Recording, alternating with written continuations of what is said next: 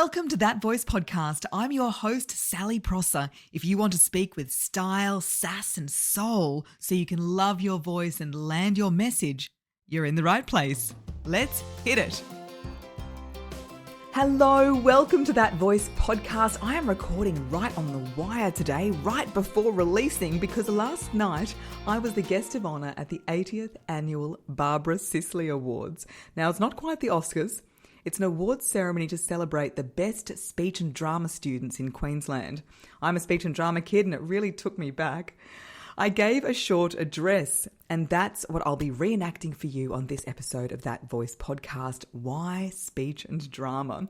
Now, if you've never had any speech and drama training, neither have the vast majority of people I work with. Speech, voice, communication, absolutely skills you can learn at any age, at any stage, and I have loads of proof of that. If you're a parent thinking about activities for your children, speech and drama really is your best bang for buck. So this address shares what speech and drama means to me. It landed so well last night, and so I wanted to share it with you too. Read the section I've marked. Just do your best. Mrs. Miller handed me a worn copy of George's Marvellous Medicine by Roald Dahl. My little 8-year-old heart was pounding. This was a big deal. I had my heart set on speech and drama lessons and everyone knew Mrs. Miller was the best in town. You essentially had to audition to work with her. When I started reading, her eyes lit up and a smile spread across her face. I kept going, reading with as much expression as I could muster. At the end, she said, "Sal, that voice!" I was hooked. Speech and drama became my favourite extracurricular activity, and Mrs. Miller became one of the most important mentors in my life. She sparked and nurtured a love of using my voice to express myself through poetry, prose, characterisation, school speeches, and just sharing what was on my mind. Over the years, our lessons morphed into part speech training and part therapy sessions, unpacking everything from sibling spats to failed school captain bids, the latest boy trouble, and the agony of why I got an A instead of an A+. My teenage perfectionist vibes were strong. One of the deepest sadnesses in my life is that Mrs. Miller passed away during the COVID-19 lockdowns and I never got to say goodbye. Mrs. Miller set me on a life path that allowed me to step into my soul's purpose and mission. That first day, she handed me the kind of medicine that had nothing to do with George's concoction. It was the magic and medicine of my own voice. Now, I want you to experience the magic of yours. That's the introduction to my book, Voice Print, which is dedicated to my speech and drama teacher, Carol Miller. She's the reason I am where I am today. She would have loved to be here tonight. And a speech and drama teacher is likely the reason you're here tonight. Teachers carrying on the legacy of Barbara Sisley. It's a lineage I'm incredibly grateful for. Nearly every skill I've used throughout my career can be tracked back to speech and drama. At my first on-air shift in breakfast radio news, 96.5 Wave FM Wollongong, I remember reading with such confidence. "It's 5:30. Good morning. I'm Sally Prosser." And my lovely boss almost choked on his coffee. He said, "Gosh, Sal, this isn't Bell Shakespeare.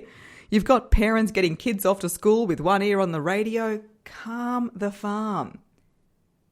And I actually knew how to do that. I'd been mastering vocal manipulation for years. From Betty Botter bought some butter, but she said the butter's bitter, to an Irish accent for Angela's ashes. The accent's a little rusty. When I was running the Channel 7 TV news in Rockhampton, I had to voice scripts right on deadline, approach total strangers with a microphone, and do live crosses into national bulletins.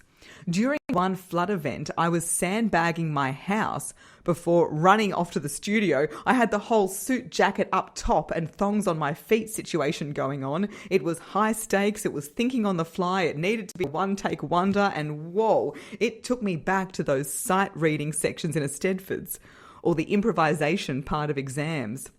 They terrified me at the time, but those skills came in very handy in newsrooms.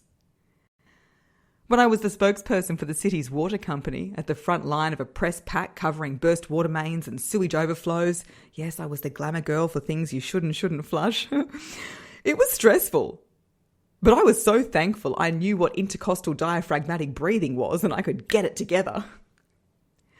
When I was faced with memorising a 12-minute TEDx talk earlier this year, it was actually pretty easy. Those of you in senior grades know the sheer volume of text you need to memorise.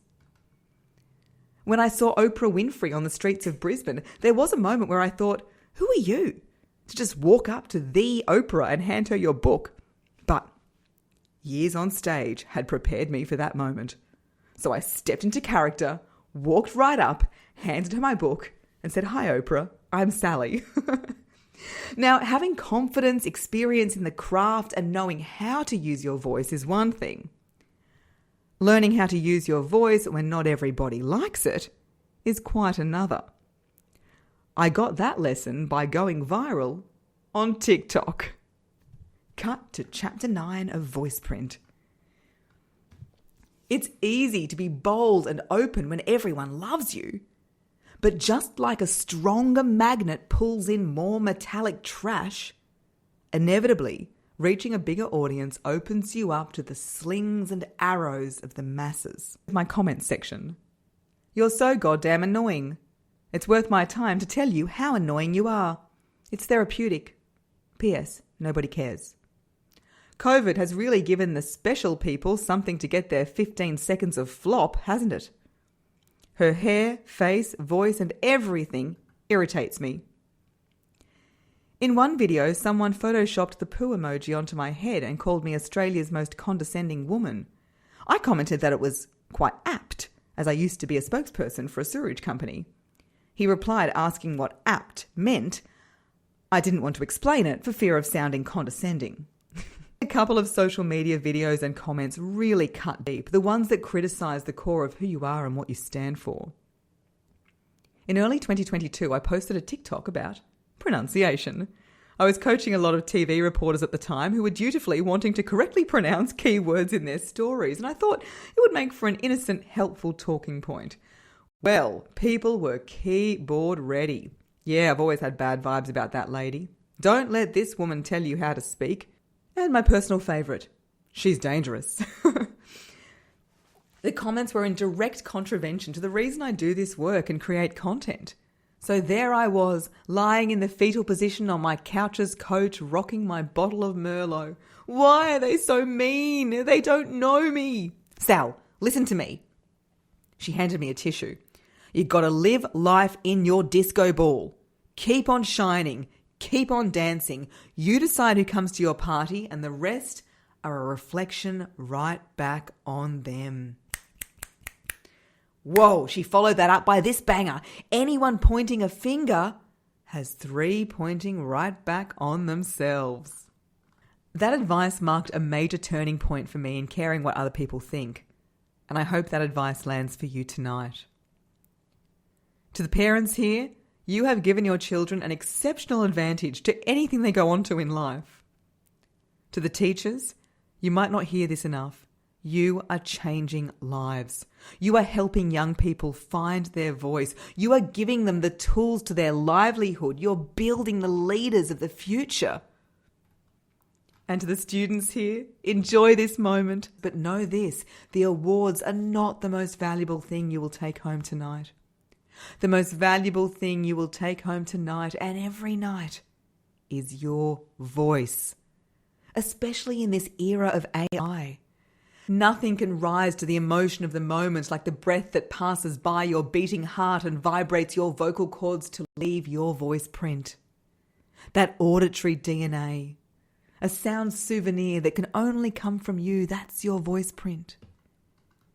And yeah, life will throw you curveballs. There will be moments when you doubt yourself.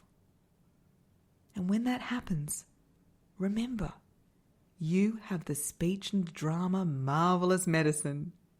You have your voice. So always rally the courage to use it and get out there and make your mark. Thanks for listening. If it resonated, please share on your socials and tag us at That Voice Podcast on Instagram.